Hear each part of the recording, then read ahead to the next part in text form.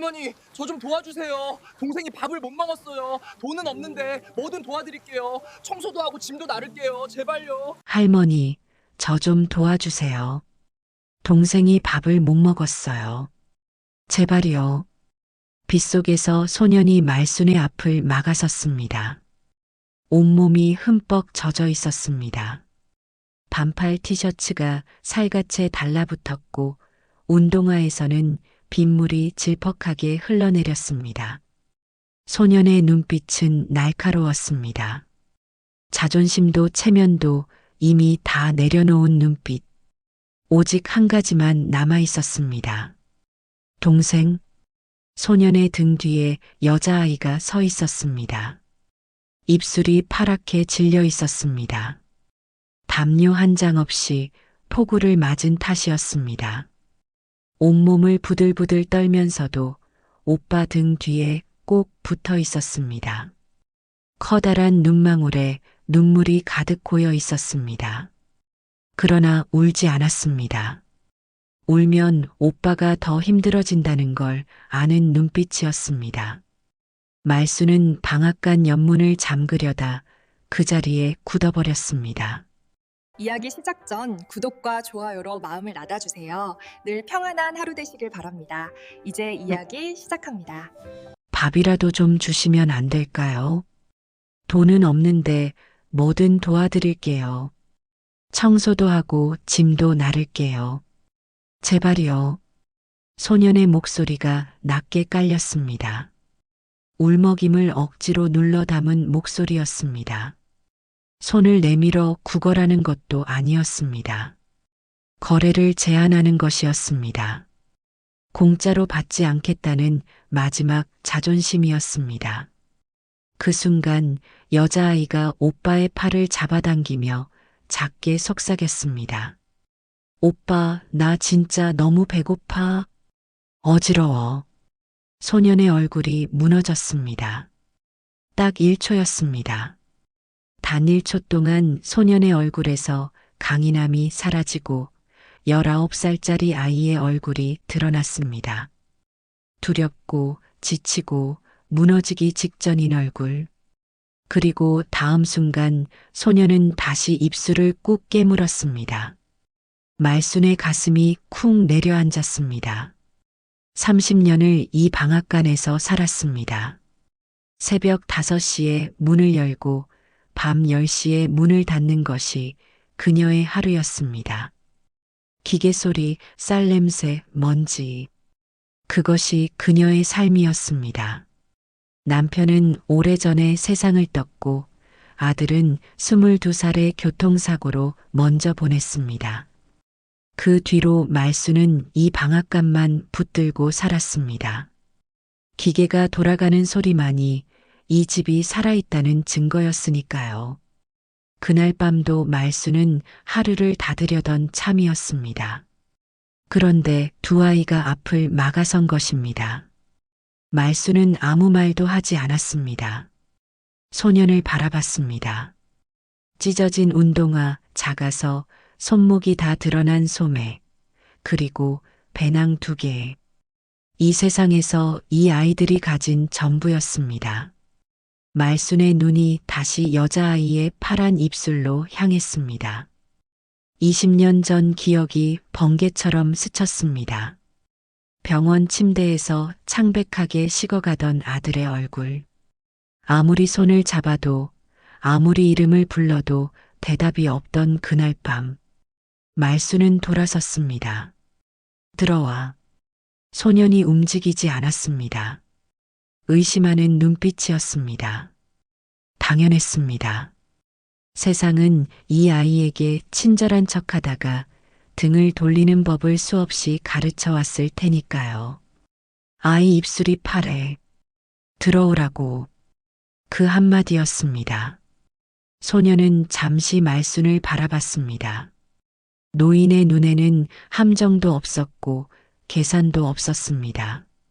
그저 파란 입술을 가진 아이를 향한 날것의 걱정만 있었습니다. 소년이 여자아이의 손을 잡았습니다. 그리고 조심스럽게 한 발 내디뎠습니다. 두 아이가 방앗간 안으로 들어왔습니다. 문이 닫혔습니다. 빗소리가 벽 너머로 물러났습니다. 따뜻한 쌀 냄새가 두 아이를 감쌌습니다. 여자아이가 코를 킁킁거렸습니다. 말수는 말없이 가스불을 켰습니다. 냄비를 올렸습니다. 밥을 데웠습니다. 달걀 2개를 꺼내 프라이를 붙였습니다. 묵은지를 꺼냈습니다. 소녀는 방 안을 재빠르게 훑었습니다. 출구는 어디인지, 위험한 건 없는지, 도망칠 곳은 있는지. 말수는 그 시선을 읽었습니다. 이 아이들은 쫓기고 있었습니다. 무엇으로부터인지는 몰랐습니다. 하지만 배낭 하나만 메고 폭우 속을 헤맨 사실이 낯선 노인 앞에서 제발이라는 말을 내뱉어야 했던 사실이 모든 걸 말해주고 있었습니다. 먹어라. 말순이 밥 2그릇을 내려놓으며 말했습니다. 여자아이의 눈이 반짝였습니다. 소녀는 입술을 꼭 깨물었습니다. 왜 이렇게 해주시는 거예요? 말수는 대답하지 않았습니다. 그저 맞은편에 앉아 식어버린 자신의 밥그릇을 들었습니다. 두 아이는 천천히 조심스럽게 먹었습니다. 마치 이 식사가 꿈인 것 같아서 너무 빨리 먹으면 사라질까봐 두려운 것처럼. 그 모습을 보는 순간 말순의 눈시울이 뜨거워졌습니다. 그녀는 고개를 숙였습니다. 들키지 않으려고. 창밖에서는 여전히 폭우가 쏟아지고 있었습니다. 번개가 하늘을 갈랐습니다. 천둥이 대지를 흔들었습니다. 하지만 방앗간 안에서는 오래된 쌀 냄새와 달걀 프라이 냄새가 섞인 그 작은 공간에서는 아주 작은 온기 하나가 조용히 피어오르고 있었습니다. 이름이 뭐냐? 밥그릇이 비워지고 나서야 말순이 처음으로 물었습니다. 소년이 잠시 망설였습니다. 이름을 말하는 것조차 경계하는 눈빛이었습니다. 그러다 작게 입을 열었습니다. 강도현이요. 동생은 날이고요. 강날이. 말순이 천천히 이름을 되뇌었습니다. 여자아이가 담요를 끌어안은 채 고개를 끄덕였습니다. 할머니는요? 나리가 작은 목소리로 물었습니다. 도연이 동생을 흘겨봤습니다. 괜한 말 걸지 말라는 눈빛이었습니다. 그러나 말순은 눈살을 찌푸리지 않았습니다. 박말순이다. 나리가 소곤거렸습니다. 말순 할머니. 도연의 굳었던 어깨가 아주 조금 내려갔습니다. 말순은 그릇을 치우며 물었습니다. 어디서 왔느냐고. 도연은 대답하지 않았습니다. 말순도 다시 묻지 않았습니다. 대신 구석 선반에서 낡은 담요를 하나 더 꺼내 도연에게 건넸습니다. 오늘 밤은 여기서 자라. 비가 안 그친다. 도연이 고개를 들었습니다. 저희가 왜요?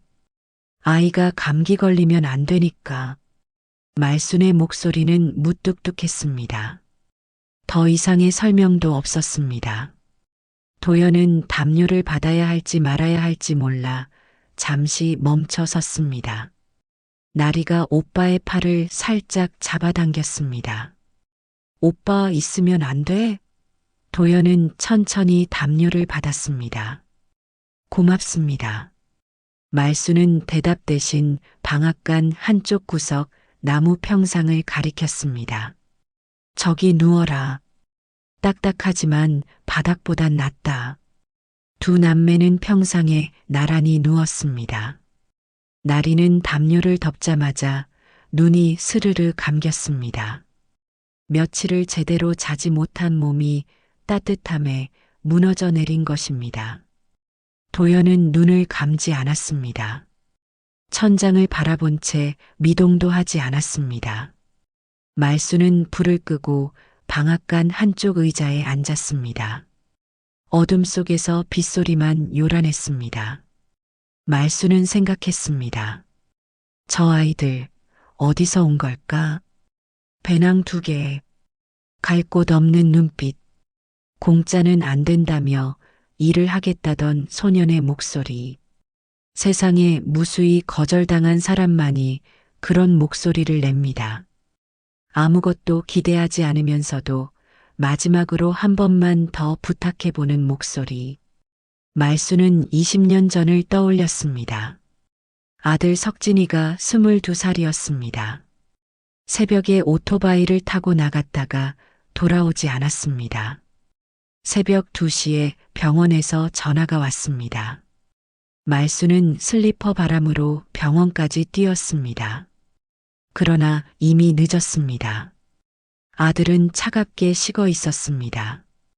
그 뒤로 말수는 방앗간만 지켰습니다. 석진이가 어릴 때 이 방앗간 한쪽 구석에서 숙제를 하던 자리, 배고프다고 칭얼대던 자리, 기계 소리가 너무 시끄럽다고 투덜대던 자리. 말수는 그 자리들을 지우지 못했습니다. 지우는 순간 아들이 완전히 사라질 것 같아서. 그런데 오늘 밤 그 자리에 다른 아이들이 누워 있었습니다. 말수는 어둠 속에서 2 아이를 바라봤습니다. 나리의 고른 숨소리가 들렸습니다.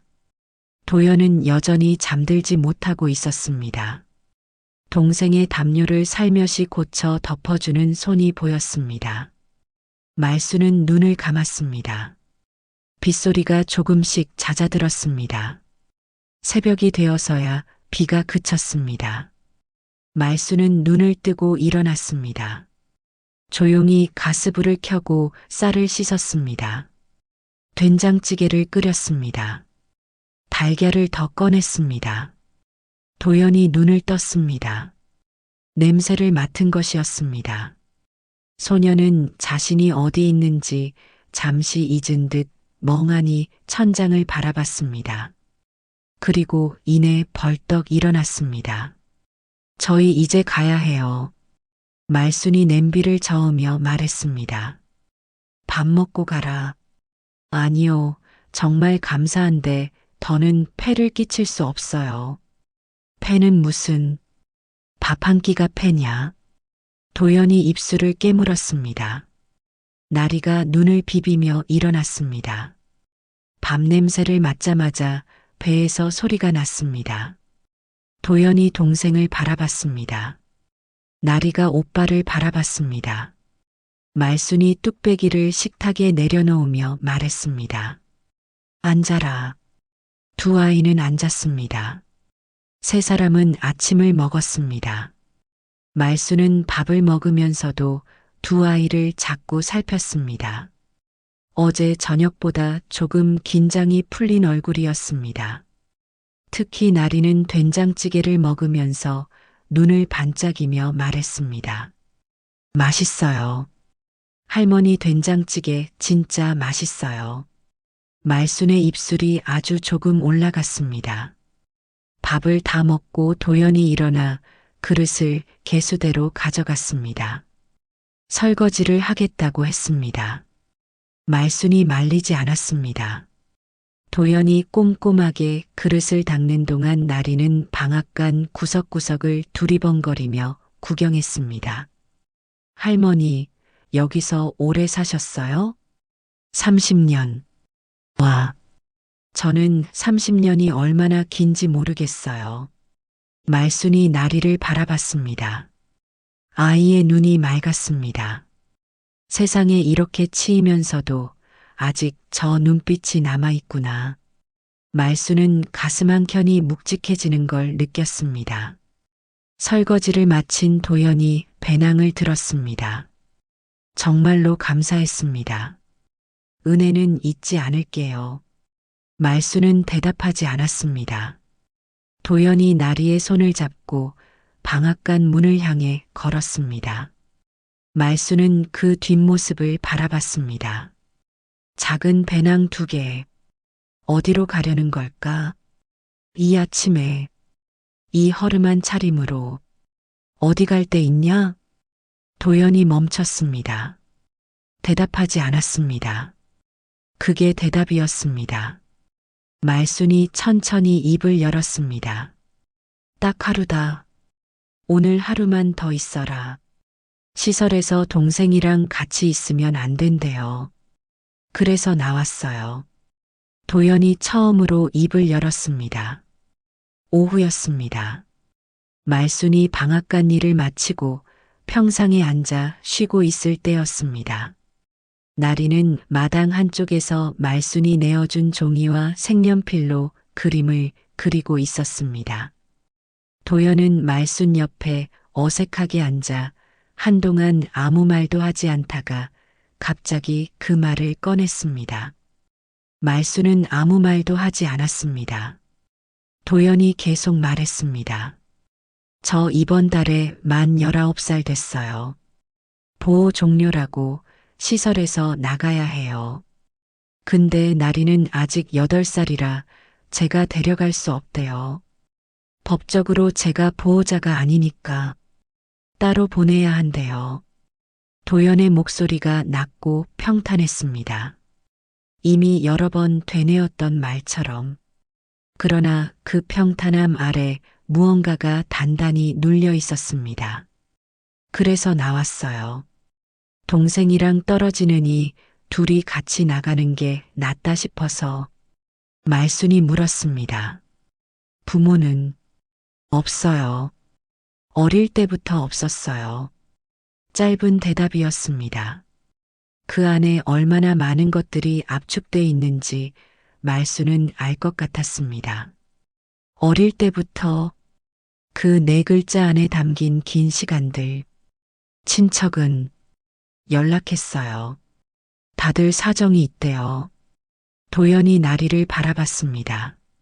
아이는 열심히 그림을 그리고 있었습니다. 하늘색 크레파스로 하늘을 칠하고 있었습니다. 나리가 눈치채면 안 돼서요. 제가 다 알아서 한다고 했거든요. 괜찮다고. 말순의 눈이 나리에게 향했습니다. 아이는 이제 초록색으로 나무를 그리고 있었습니다. 그림 속에 집도 있었습니다. 그 집 앞에 2사람이 서 있었습니다. 나리와 도연이었습니다. 말순은 눈을 감았습니다. 얼마나 자주 이런 그림을 그렸을까, 저 아이는. 집이 있는 그림을, 가족이 있는 그림을. 도연이 계속 말했습니다.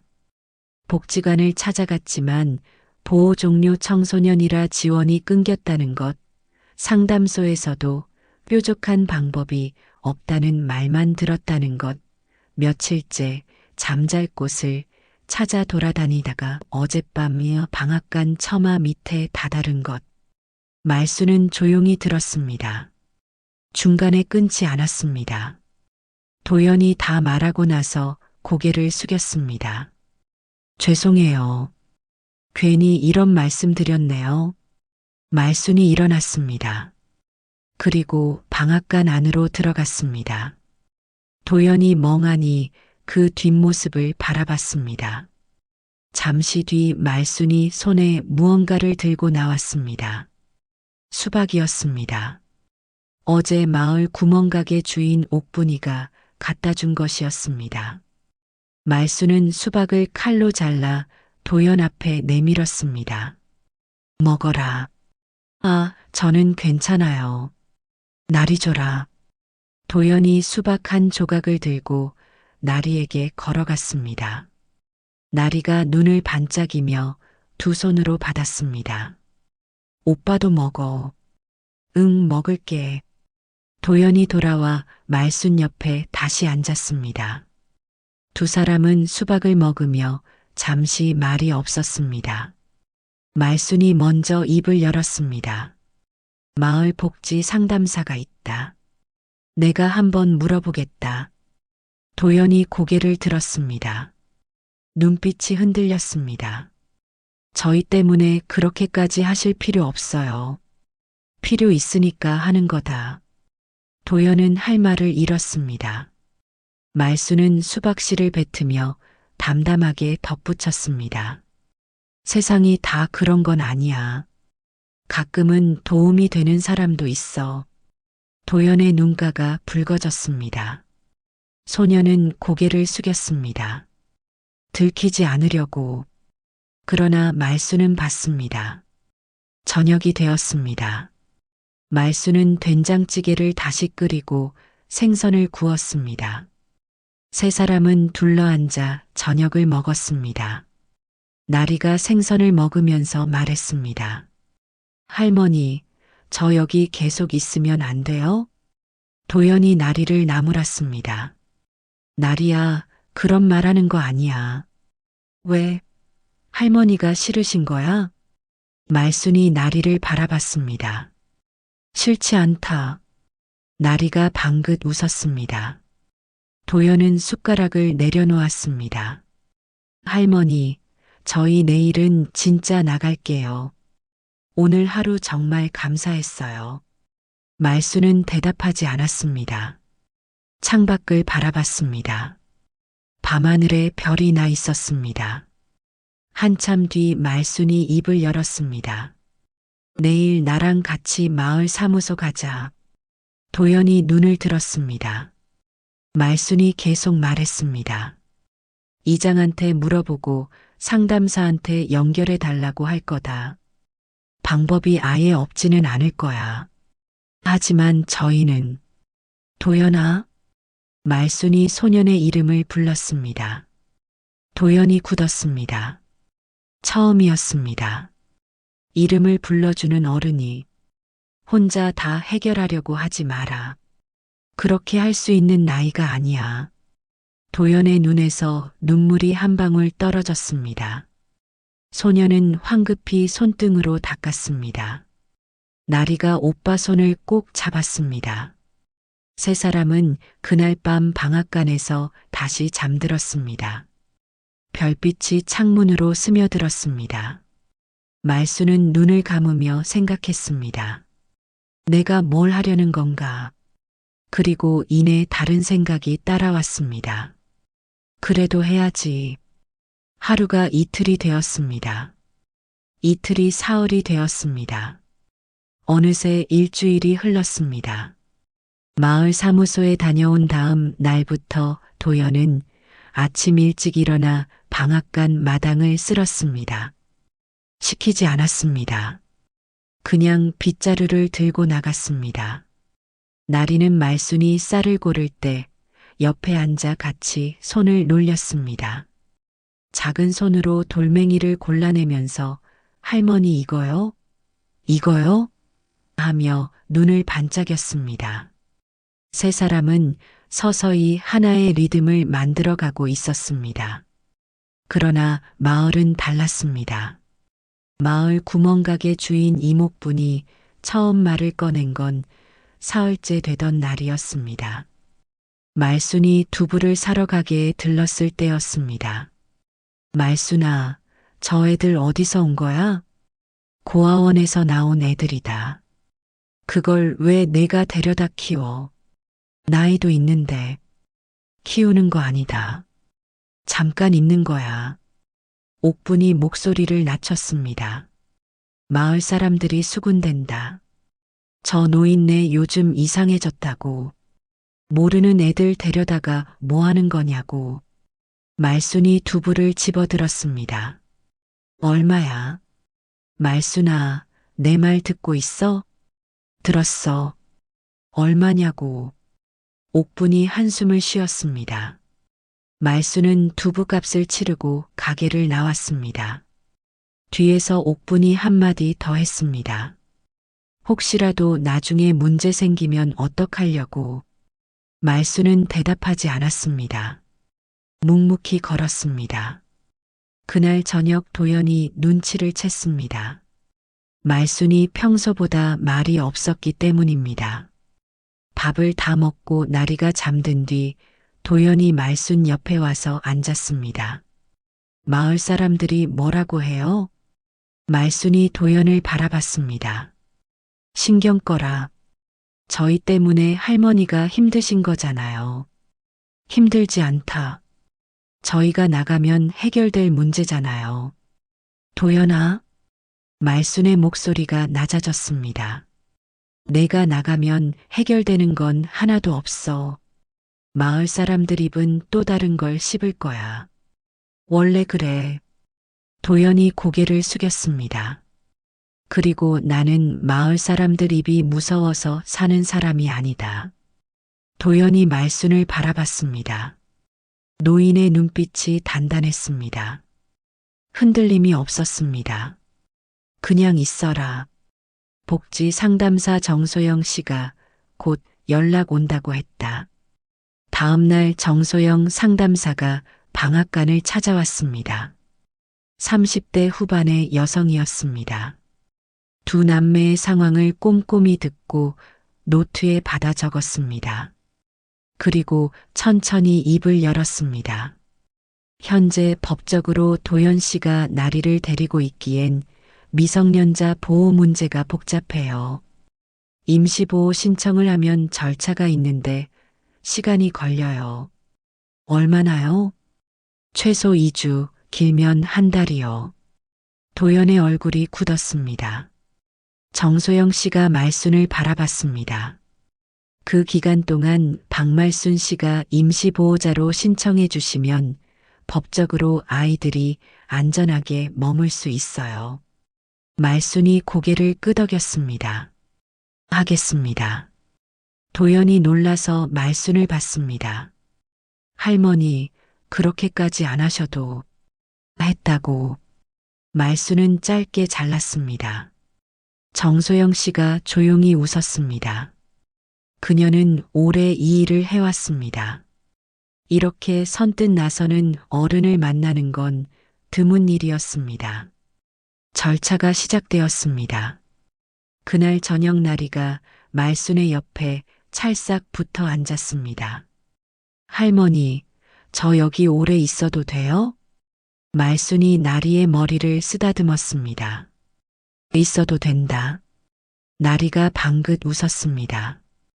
그 웃음을 보는 순간 말순의 가슴에 무언가가 꽉 차오르는 느낌이 들었습니다. 오래 비어있던 자리에 무언가가 천천히 채워지는 느낌. 이 느낌이 뭔지 말순은 알 것 같았습니다. 그리고 그게 무서웠습니다. 이도 아니 박말순 씨 댁에 미성년자가 불법으로 거주하고 있다는 신고가 들어왔습니다. 낯선 남자가 방앗간 문을 두드린 건 열흘째 되던 날 오후였습니다.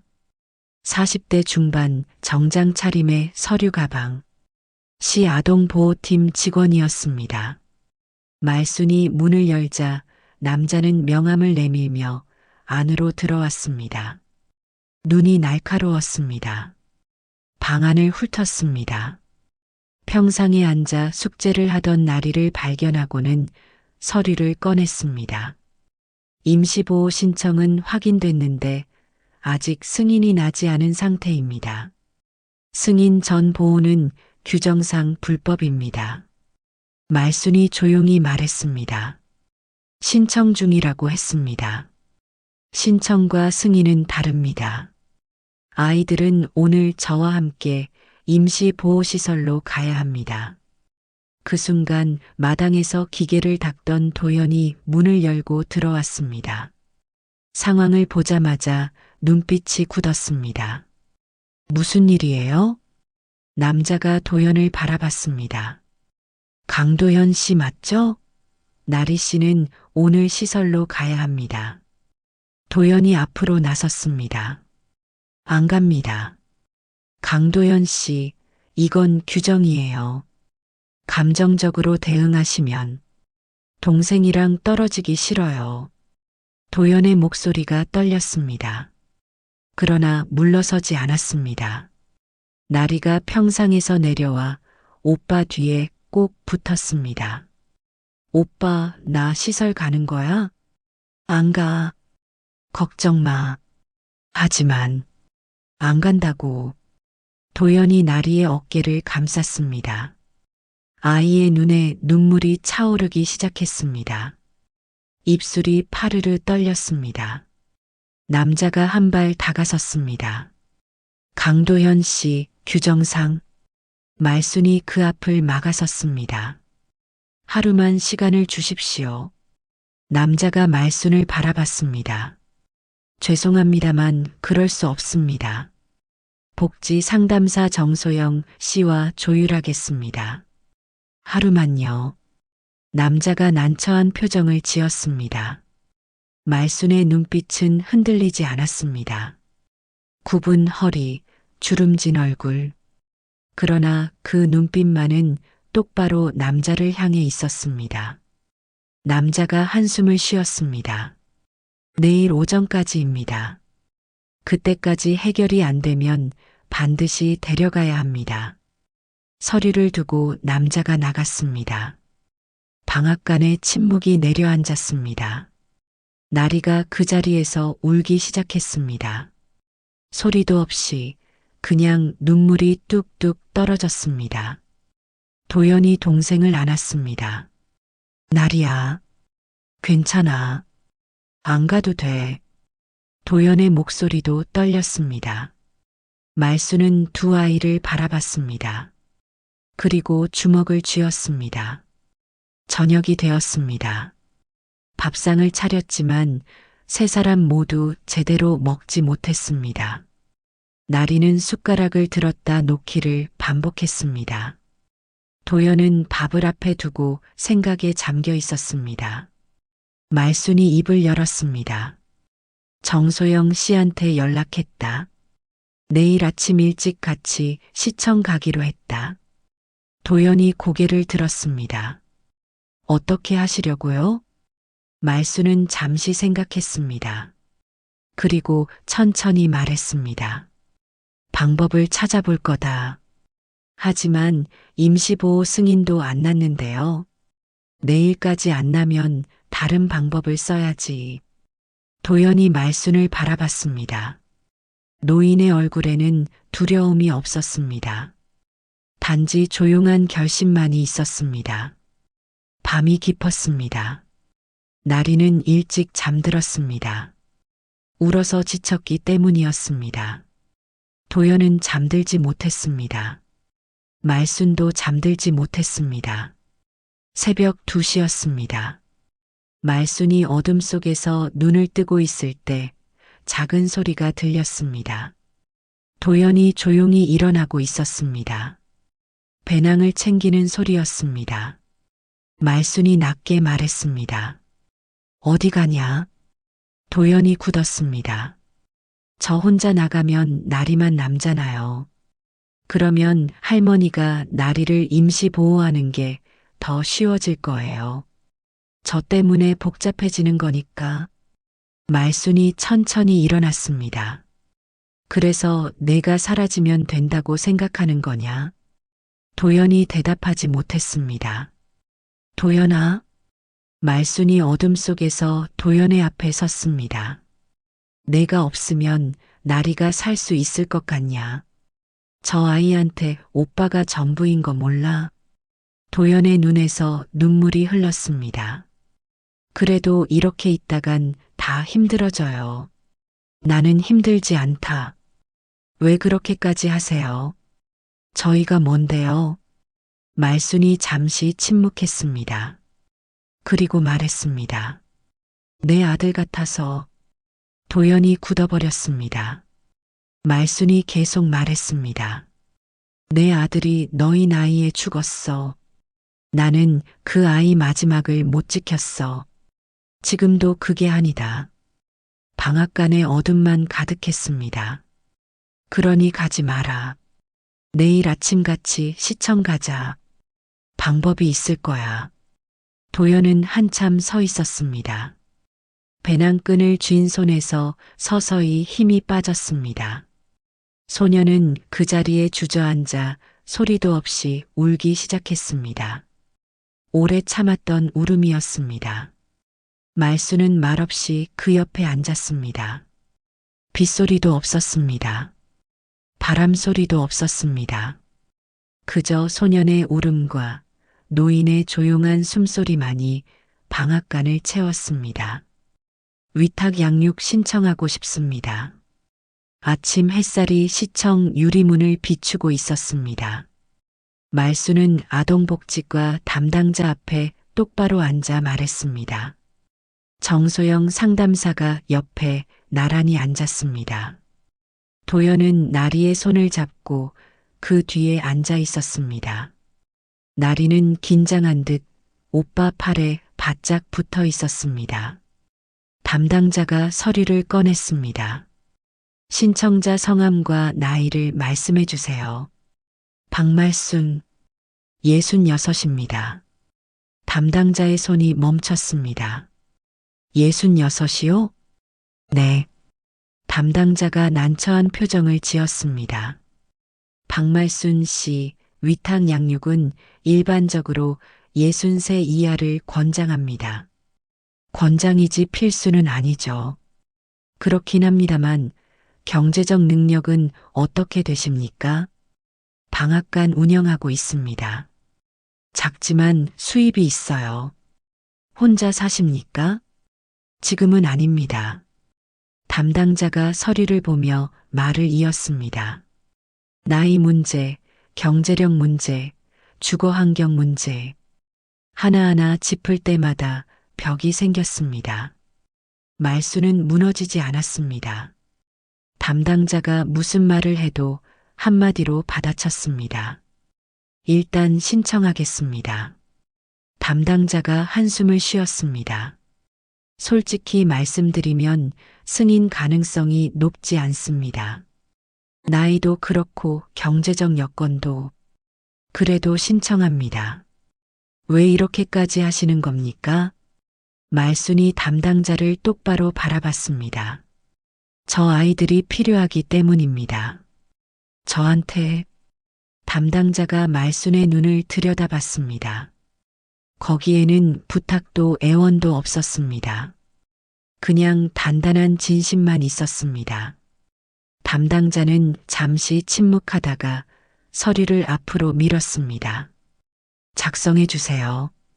말순이 펜을 들었습니다. 도연은 그 모습을 바라보며 눈시울이 뜨거워졌습니다.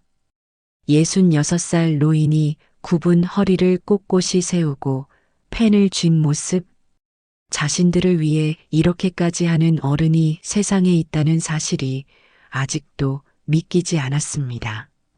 나리가 도연의 귀에 속삭였습니다. 오빠, 할머니 멋있다. 도연은 아무 말도 하지 못했습니다. 서류 작성이 끝났습니다. 담당자가 말했습니다. 심사 기간이 최소 2주입니다.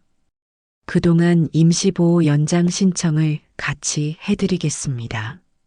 정소영 상담사님이 추천서를 써주신다면 심사에 도움이 될 수 있습니다. 정소영이 즉시 고개를 끄덕였습니다. 제가 쓰겠습니다. 이 아이들한테 박말순 씨가 필요하다는 걸 제가 증명할게요.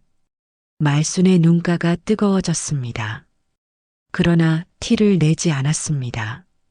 그저 조용히 고개를 숙였습니다. 감사합니다. 시청을 나오자 나리가 말순의 손을 잡았습니다. 할머니, 우리 이제 괜찮은 거야? 말순이 나리의 손을 꼭 쥐었습니다. 괜찮아질 거야. 아직 승인이 난 것도 아니었습니다. 2주가 남았습니다. 벽은 여전히 높았습니다. 그러나 말순은 그 어느 때보다 가볍게 걸었습니다. 옆에 손을 잡아주는 아이가 있었기 때문입니다. 사흘 뒤 밤이었습니다. 도연이 배낭 안을 정리하다가 멈췄습니다. 배낭 맨 밑바닥, 낡은 지퍼 안쪽에 접혀서 끼워진 사진 한 장이 나왔습니다. 도연은 그 사진을 펼쳤습니다. 빛이 바랜 사진이었습니다. 찍힌 지 오래된 것이 분명했습니다. 사진 속에는 한 남자아이가 서 있었습니다. 8살쯤 돼 보이는 아이.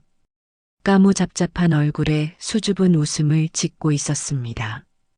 그 아이 뒤로 건물 하나가 보였습니다. 나무로 된 오래된 간판. 희미하게 글씨가 보였습니다. 도연은 눈을 가늘게 떴습니다. 박씨 방앗간. 가슴이 쿵 내려앉았습니다. 도연은 천천히 일어났습니다. 말순이 방앗간 한쪽에서 기계 부품을 닦고 있었습니다. 도연이 다가가 사진을 내밀었습니다. 할머니, 이 사진 아세요? 말순이 고개를 들었습니다. 그리고 사진을 받아들었습니다. 처음엔 그냥 봤습니다. 그런데 이내 손이 멈췄습니다. 손이 떨리기 시작했습니다. 이게 어디서 났냐? 목소리가 갈라졌습니다. 말순의 얼굴이 순식간에 하얗게 변했습니다. 아버지 유품이에요. 아버지가 돌아가실 때 저한테 남기신 거예요. 여기 방앗간 앞에서 찍은 거 맞죠? 뒤에 간판이. 이 아이가 누구냐? 말순의 목소리가 떨렸습니다. 저희 아버지요. 어릴 때 사진이라고 들었어요. 아버지가 유일하게 갖고 있던 사진이었어요. 밥을 나눠준 곳이라고, 제일 따뜻했던 곳이라고. 말순의 눈에서 눈물이 터졌습니다. 소리도 없이 그냥 쏟아졌습니다. 말순은 손으로 입을 막았습니다. 사진을 든 손이 심하게 떨렸습니다. 도연이 놀라서 말순 앞에 무릎을 꿇었습니다. 할머니, 왜 그러세요? 혹시 아시는 분이에요? 말순이 대답하지 못했습니다. 눈물이 뺨을 타고 흘러내렸습니다. 사진 속 아이는 알아볼 수 있었습니다. 30년도 더 된 일이었지만 그 얼굴을 잊지 못했습니다. 방앗간 앞에서 며칠을 서성이던 아이. 배가 고프다는 말을 입 밖에 내지 못하고 그냥 서성이기만 하던 아이. 말순이 먼저 불러서 밥을 먹였던 아이. 그 아이가 도연의 아버지였습니다. 말순이 한참 만에 입을 열었습니다. 그 아이 이름이 뭐였냐? 강태수요. 말순이 눈을 감았습니다. 강태수? 맞았습니다. 그 아이였습니다. 며칠을 먹이고 재워줬습니다. 사정을 물었더니 집에서 도망쳐 나왔다고 했습니다. 아버지가 무섭다고, 어디 갈 데가 없다고. 말순은 그 아이를 며칠 건사하다가 결국 아동보호기관에 연락해 맡겼습니다. 그 뒤로 소식이 끊겼습니다. 그때 말순의 아들 석진이가 5살이었습니다. 그 후 30년이 넘었습니다. 말순은 그 아이를 잊고 살았습니다. 그런데 그 아이의 아들이 지금 여기 서 있었습니다. 그것도 배낭 하나 메고 도움을 구하며. 말순이 도연의 얼굴을 다시 바라봤습니다. 닮았습니다. 사진 속 아이와 도연의 눈빛이 닮아 있었습니다. 아무것도 기대하지 않으면서도 마지막으로 한 번만 더 부탁해보는 눈빛. 말순은 도연의 두 손을 꼭 잡았습니다. 내 아버지한테 밥을 줬던 게 나야. 도연의 눈이 커졌습니다. 내 아버지가 여기 왔었어. 이 방앗간 앞에 서성이다가 내가 불렀지. 며칠 먹이고 재워줬어. 기관에 연락해서 보내고 나서 잘 살았으면 했는데. 도연이 굳어버렸습니다. 아버지가 그 얘기를 했어요. 죽기 전에 저한테 밥을 나눠준 할머니가 있었다고. 평생 잊지 못한다고. 그 방앗간을 꼭 한번 찾아가고 싶다고. 도연의 목소리가 부서졌습니다. 그런데 아버지가 못 가셨어요. 제가 12살 때 돌아가셨거든요. 방앗간 안에 침묵이 내려앉았습니다. 말순이 도연을 끌어안았습니다. 소녀는 처음엔 굳어 있었습니다. 그러다 서서히 힘이 풀렸습니다. 어깨가 들썩였습니다.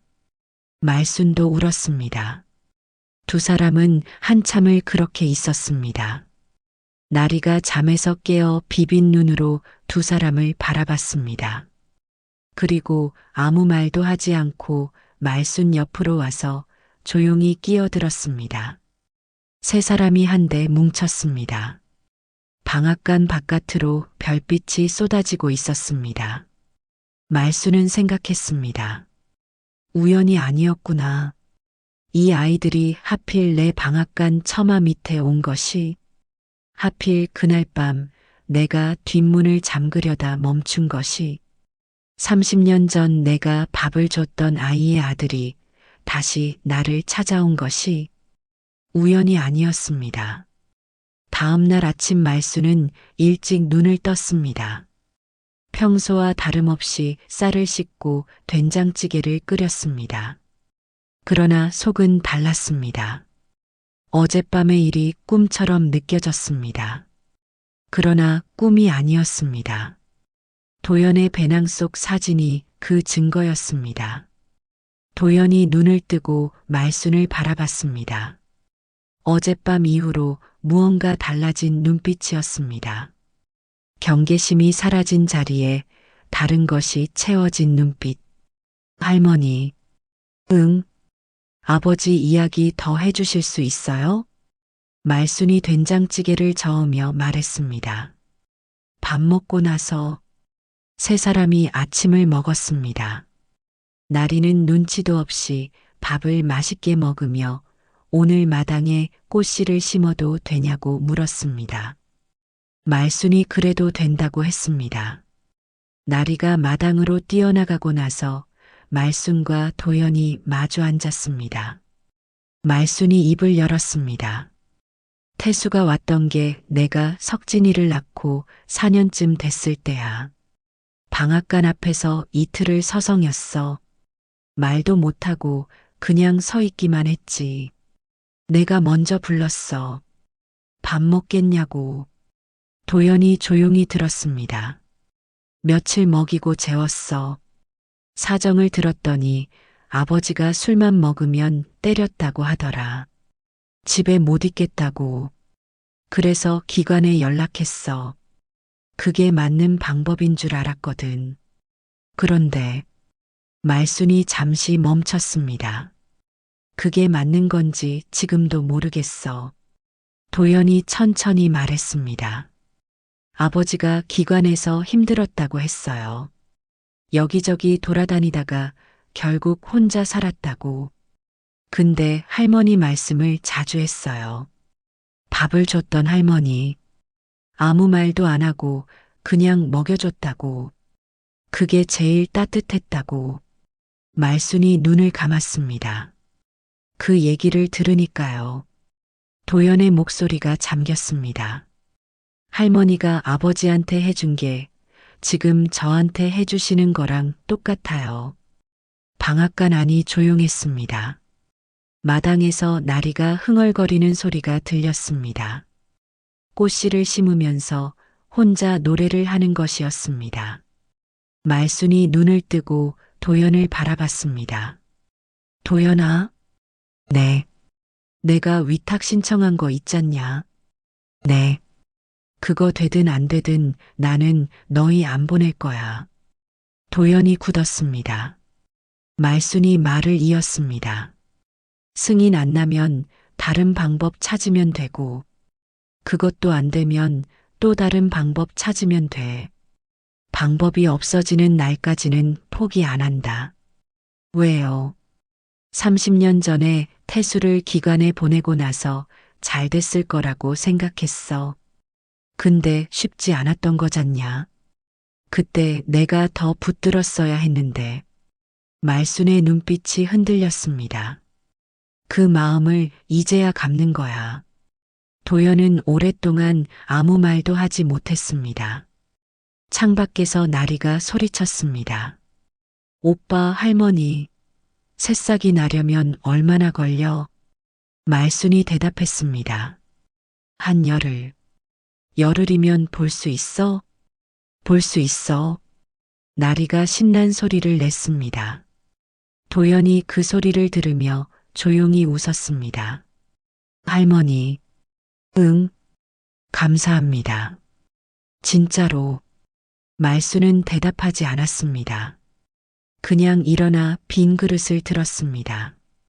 그러나 돌아서는 말순의 눈이 촉촉했습니다. 2주가 흘렀습니다.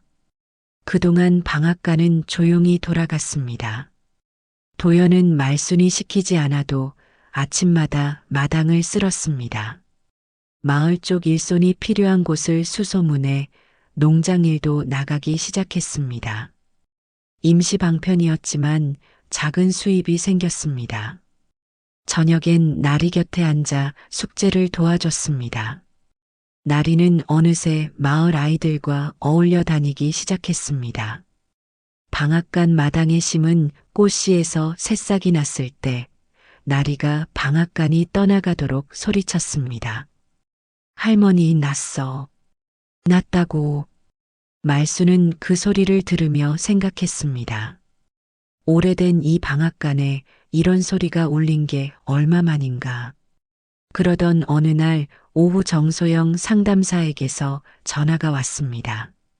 말수는 전화를 받았습니다. 그리고 잠시 후 전화기를 내려놓았습니다. 손이 떨렸습니다. 할머니? 나리가 말순의 얼굴을 올려다봤습니다. 말순이 천천히 돌아섰습니다. 마당에서 호미질을 하던 도연이 말순의 표정을 보고 일어났습니다. 무슨 일이에요? 말순이 입을 열었습니다. 위탁 양육 승인 났다. 도연이 그 자리에 굳어버렸습니다. 나리는 무슨 말인지 이해하려는 듯 두 사람을 번갈아 봤습니다. 그게 무슨 뜻이에요? 도연이 무릎에서 힘이 풀렸습니다. 그 자리에 털썩 주저앉았습니다. 말순이 말했습니다. 이제 법적으로 내가 너희 보호자야. 나리의 눈이 커졌습니다. 그러면 우리 여기 살아도 돼? 살아도 돼. 진짜? 진짜야. 나리가 달려와 말순의 허리를 와락 안았습니다. 말순이 휘청했습니다. 그러나 넘어지지 않았습니다. 두 손으로 나리를 꼭 잡았습니다. 도연은 주저앉은 채 손으로 얼굴을 감쌌습니다. 어깨가 들썩였습니다. 소리는 나지 않았지만 울고 있었습니다. 말순이 나리를 안은 채 도연 곁으로 다가갔습니다. 됐다. 이제 됐어. 도연이 얼굴을 들었습니다. 눈이 빨갛게 부어 있었습니다. 정소영 상담사님 추천서가 결정적이었대. 이장님도 보증서 써주셨고. 도연이 고개를 숙였습니다. 저 같은 애를 위해 이렇게까지 해주시는 분들이 있다는 게 너 같은 애가 아니라 그냥 너야. 말순이 단호하게 말했습니다. 그날 저녁 마을 사람들이 방앗간으로 모여들었습니다. 정소영 상담사가 소식을 전한 것이었습니다. 옥분이가 잡채를 해왔습니다. 이장 최병갑이 떡을 사왔습니다. 마을 할머니 두 분이 나물 반찬을 들고 왔습니다. 처음에 수군거리던 마을 사람들이었습니다. 그러나 지금은 달랐습니다. 앉아라 애들아. 우리 마을 식구 됐다. 어서 먹어. 나리야, 이리 와봐.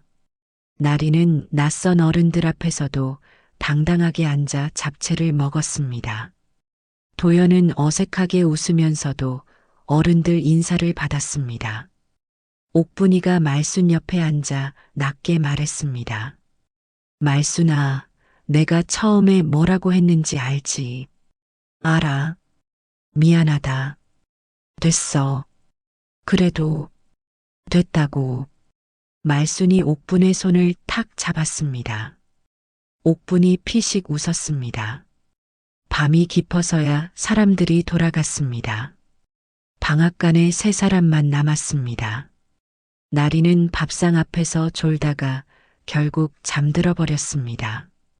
도연이 나리를 들어 평상에 눕히고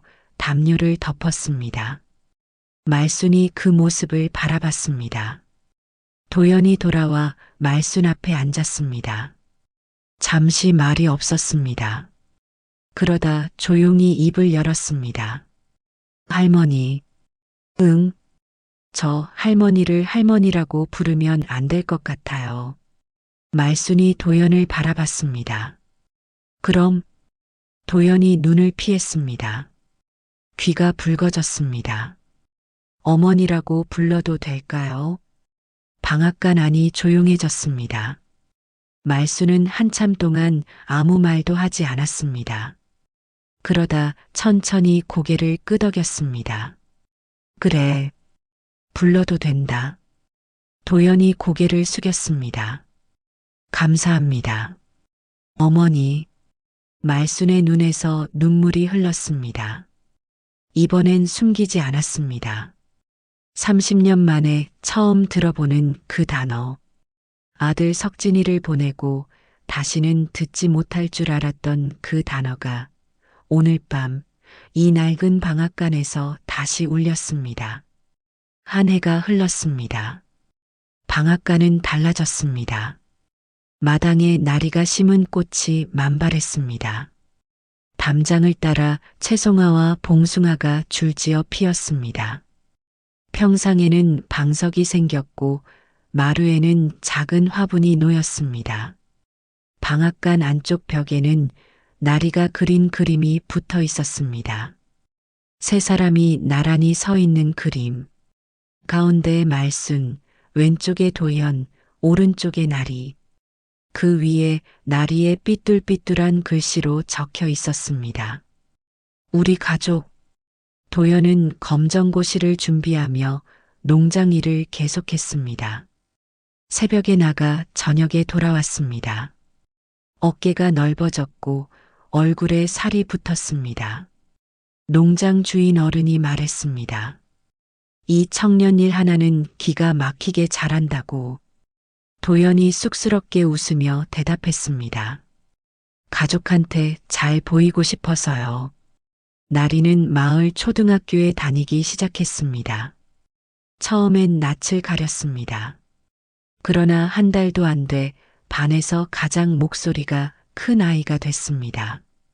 선생님이 말순에게 말했습니다. 나리가 웃음이 참 밝다고. 말순이 대답했습니다.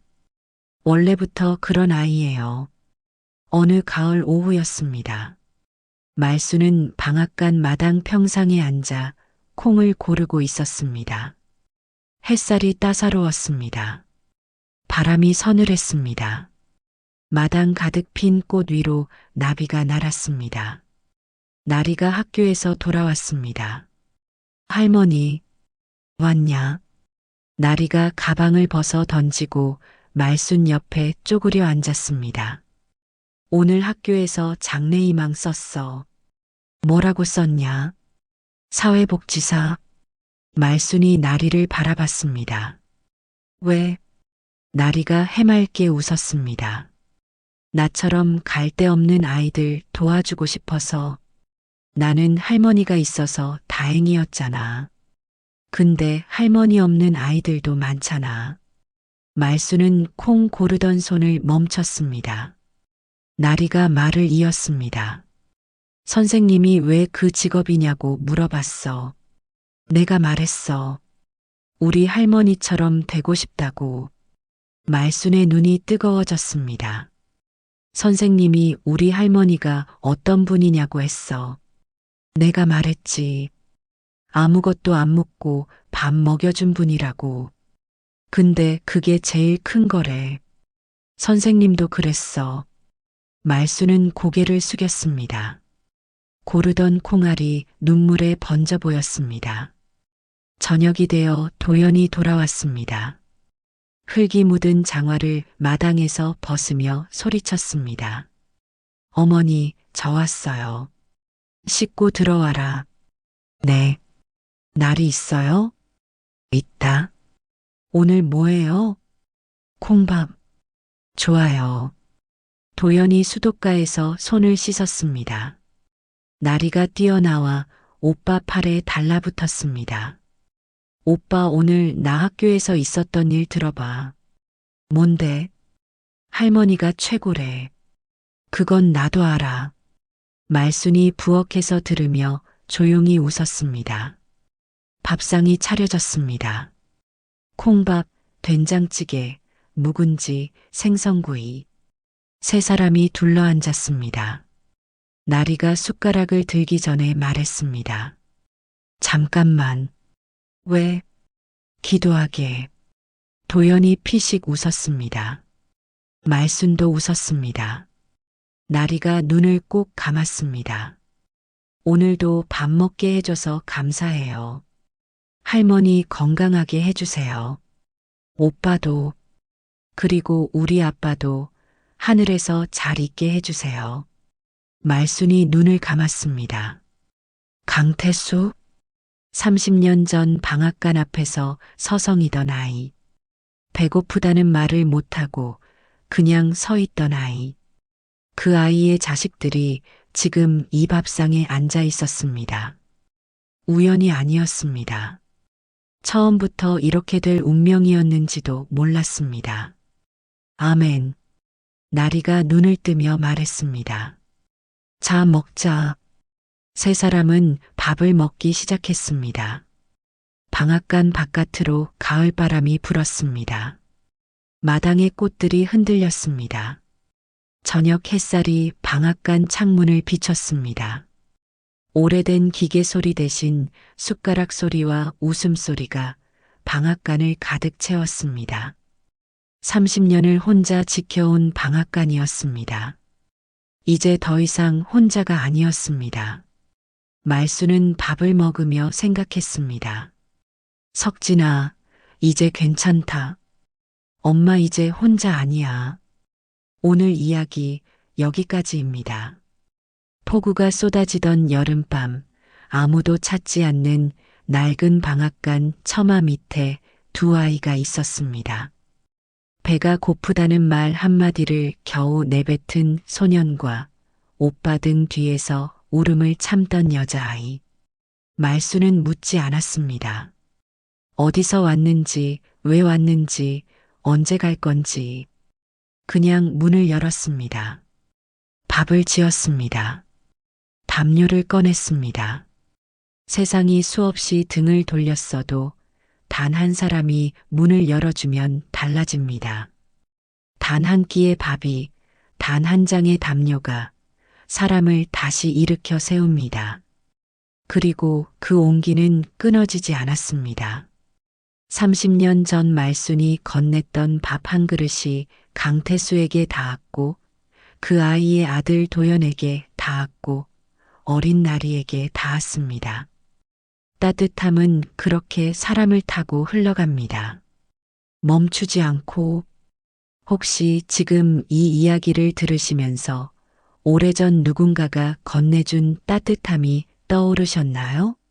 아무 말 없이 밥을 차려준 사람, 아무것도 묻지 않고 자리를 내어준 사람. 그 사람이 여러분의 말순이었을 겁니다. 그리고 어쩌면 지금 이 순간 여러분 곁에도 처마 밑에서 비를 맞고 있는 누군가가 있을지 모릅니다. 문을 열어주세요. 그 작은 용기가 누군가의 삶을 바꿀 수 있습니다. 오늘 이야기가 여러분의 마음에 조금이라도 닿으셨다면 나의 사연 정원 구독과 좋아요로 함께 해주세요. 여러분의 작은 손길이 또 다른 사연을 피워내는 힘이 됩니다. 지금 어디서 듣고 계신가요?